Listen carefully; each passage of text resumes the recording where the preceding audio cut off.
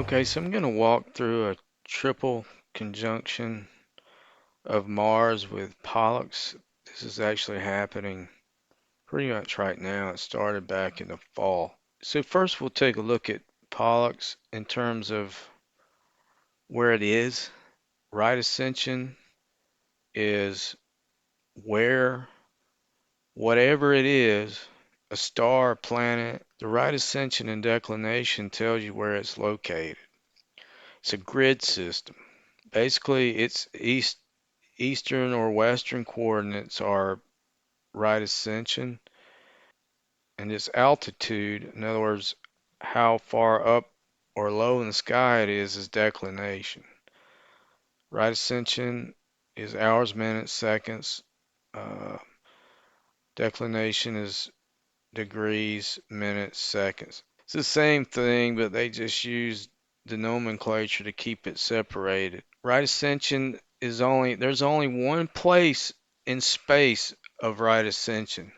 So it can only be one place. Now this has nothing to do with our movement on Earth, our spin from day to day, which makes it look as if the sun goes from east to west, rising in the east and setting in the west. That's simply because we're spinning. A triple conjunct happens, well, actually it happens every time there's a retrograde because a retrograde is a loop. And the loop has to begin coming from the west and it crosses the target star, we'll call it, coming from the west. It reverses course, comes back going east to west, crosses the target star going east-west, and then when it turns around and goes back prograde, it crosses the target star again. So every triple conjunction occurs on a retrograde, and every retrograde will have a triple conjunction. You just have to pick out a specific star. There could probably be 50 stars during every triple conjunction. But in this case, we're going to use Pollux. If you've ever seen Pollux, Castor and Pollux, the twins, they're in Gemini. And once you see them, you can't forget them. They're big bright stars, and right away you go, well, they do look like twins. So Pollux is a great star to have a triple conjunction with. First, let's take a look and see where Pollux is at. It's clearly in Gemini. Pollux is twin on the right and twin on the left, Castor. So let's have a look at where they're located. For our example here, I'm only going to use right ascension, not declination, because the declination isn't going to line up. Mars won't have the same altitude as Pollux will, but it'll occupy the same grid line, so to speak.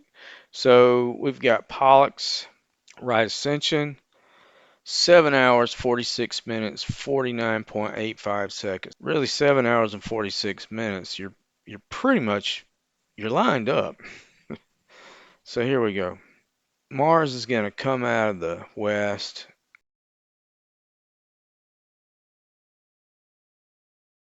Right here you can see where I click on Mars. I've got 7 hours, 46 minutes, 31 seconds for Mars. It's plenty close. That's close enough. And you see the dates 20, 24, 10, 20. Now I realize that these dates don't line up with the official ephemeris. I guess that comes from NASA. I don't know, but if you got a problem with it, take it up with Stellarium.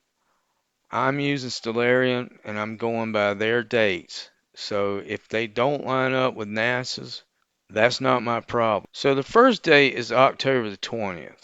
Then Mars is going to take back off, going prograde. He's going to turn around, come towards us, heading back east, and then he's going to cross Pollux again. And that will be January 21st. Then Mars will continue to go eastwardly, and then it's going to turn around again, reverse course, head back prograde, and then it's going to conjunct with Pollux for the third time, and that will be on April the 2nd. So this is an entire triple conjunction, and you can see that the reason why these happen is because Mars actually makes a loop in space. And when you see the diagrams of Earth passing Mars and they show a straight line, that's intended to make you think that it's a parallax, that it's an illusion. There's no way that Mars continuing in the same direction could cross the path of the same star 3 times. It would only pass the star once, and that would be the end of it. But if people show you these diagrams and these leaders heading off into space, you'll notice they won't have the coordinates shown. They have to hide that from you. And you've got to ask yourself why NASA, who publishes the ephemeris for Mars, you can go look at it, they publish the ephemeris that confirms the location of Mars and that it is actually going in the opposite direction. You've got to ask yourself why they contradict themselves by saying that retrograde's merely an illusion. One or the other is wrong. Either the ephemeris they print is wrong or their explanation is wrong. Now, take your pick.